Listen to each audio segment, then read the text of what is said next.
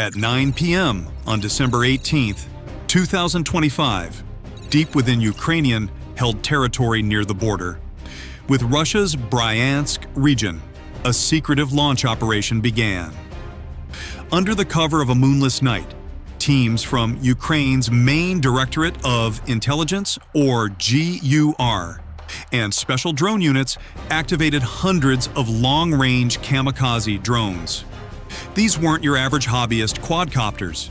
These were modified FPV, or first-person view models, some with extended ranges up to 1,000 kilometers, equipped with high explosive warheads and advanced navigation systems blending GPS, inertial guidance, and even fiber optic tethers for jam-resistant control in select units. Intelligence reports had pinpointed vulnerabilities in Russia's air defense network, and tonight, Ukraine aimed to exploit them. The swarm, over 400 drones in total, divided into waves, targeting multiple regions, with a primary focus on disrupting Moscow's infrastructure and morale. By 10:15 p.m., the first wave crossed into Russian airspace over the Bryansk Oblast, flying low at altitudes under 100 meters to evade radar detection.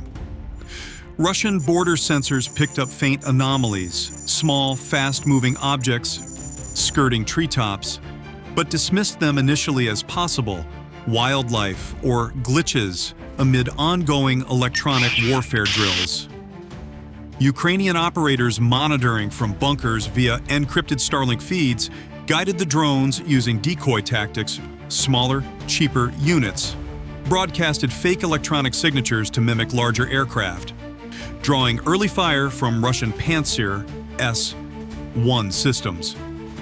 In Bryansk, air defenses lit up the sky, downing 15 drones in quick succession. But the swarm pressed on, scattering across a 200-kilometer front to overwhelm response teams. Tragically, debris from one intercepted drone struck a residential area, killing one civilian and injuring 5 others, including a child. Collateral that Ukrainian commanders had aimed to avoid, but which highlighted the chaos of asymmetric warfare. At 11:30 p.m., as the drones penetrated deeper into Russian territory, alarms blared at the Russian Aerospace Forces Command Center in Moscow. Radar stations in the Kaluga and Tula regions detected clusters of incoming threats, dozens heading northeast toward the capital. The Borisogledsk 2 electronic warfare systems kicked in, flooding the spectrum with jamming signals designed to disrupt GPS and radio links. But Ukraine's ingenuity shone through. Many drones switched to autonomous modes, relying on pre-programmed inertial navigation and visual AI to correct courses based on terrain mapping from prior satellite imagery provided by allies like Maxar. Russian reports later claimed 50 drones neutralized here, but survivors estimated at over 200 continued their relentless advance, hugging rivers and forests to mask their thermal signatures from infrared sensors. Midnight struck, and the night sky over the Moscow Oblast hummed with unnatural activity. Mayor Sergei Sobyanin issued urgent alerts via telegram. Air defense forces are repelling a mass drone attack. 4 major airports, Vnukovo, Domodedovo, Sheremetyevo, and Zhukovsky, halted operations, stranding thousands of passengers and disrupting international flights. Ground crews scrambled while MiG-31 interceptors took off from nearby bases, their radars scanning for the elusive targets. At 12:45 a.m., the first drones reached the outskirts of Moscow. Russian defenses, including the S-400 Triumph systems positioned around the city, engaged furiously. Bright tracers arced through the darkness as Zu-23-2 anti-aircraft guns and portable manpads fired at low-flying intruders. Official tallies from Russia's defense ministry 34 drones downed en route to Moscow alone. Part of a staggering 193 destroyed nationwide that night.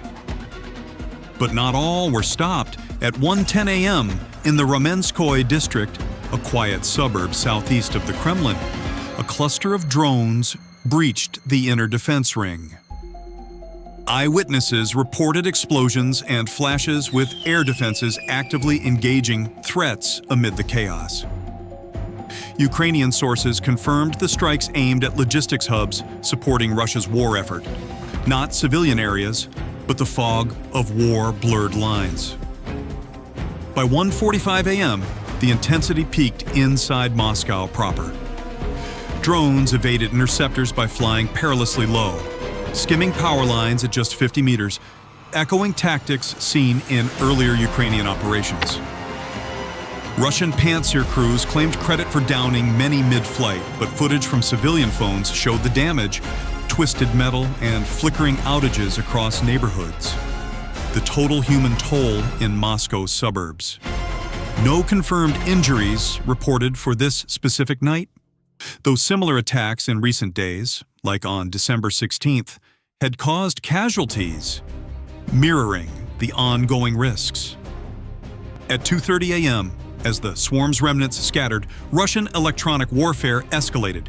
Systems like the Polt-21 spoofed GPS signals, tricking some drones into veering off course and crashing harmlessly into fields. Su-35 fighters patrolled overhead, their afterburners roaring as they locked onto stragglers with R-77 missiles. One pilot reported a heartbeat in radar returns. A distinctive propeller pulse from the drone's engines spinning at high RPMs, allowing precise takedowns. Yet, Ukraine's decoy strategy paid off. Cheap $200 units absorbed missiles worth $60,000 each, draining Russian resources. By dawn, the Defense Ministry declared the attack repelled, but the psychological impact lingered. Muscovites awakened to sirens, grounded planes, and smoldering sites. This wasn't just a raid, it was a statement. At 3:15 a.m., Ukrainian President Volodymyr Zelensky addressed the nation via video, emphasizing Ukraine's resolve in the face of ongoing aggression. Intelligence analysts noted this as one of the largest Ukrainian drone barrages of 2025, surpassing November's records and exploiting gaps in Russia's layered defenses, which include S-300/400 batteries, Boris Oglebsk jammers, and acoustic sensors like the one B-75 penicillin. The attack disrupted Moscow's daily operations temporarily, with economic costs estimated at millions due to airport closures and infrastructure repairs. By 4 a.m., cleanup crews swarmed the sites. In Bryansk, where the assault began, one fatality, a civilian caught in crossfire, underscored the human cost. Russian President Vladimir Putin convened an emergency meeting, vowing an overwhelming response and labeling the strikes terrorism.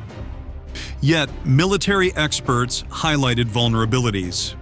Despite downing 193 drones, including the 34 near Moscow, the sheer volume, per Ukrainian claims, overwhelmed systems designed for fewer threats. This echoed broader trends. Russia had faced surging Ukrainian drone attacks in 2025, with refineries, depots, and even airbases hit repeatedly, costing billions. At 5:30 a.m., as the sun rose over a tense Moscow, airports reopened amid heightened security. Mobile air defense units, including Pantsir S-1 on trucks, deployed around the Kremlin, a visible sign of paranoia. Ukrainian drones had flown 600-plus kilometers, penetrating what Russia boasts as the densest air defense network on Earth. The physics-defying feat, low-altitude flight, AI-assisted evasion, and simple propeller tricks to mask signatures. One drone reportedly cut engines mid-flight, gliding silently past radars using ground reflections to confuse missiles. This operation rewrote modern warfare. A $500 drone neutralized multi-million-dollar assets, proving dominance lies in creativity, not budget. Ukraine's asymmetric edge, integrating human from partisans, satellite recon, and electronic deception, turned weakness into victory. The smoke over Moscow wasn't just from wreckage. It symbolized a nation's unyielding fight for freedom. In the end, December 19, 2025 marked a turning point.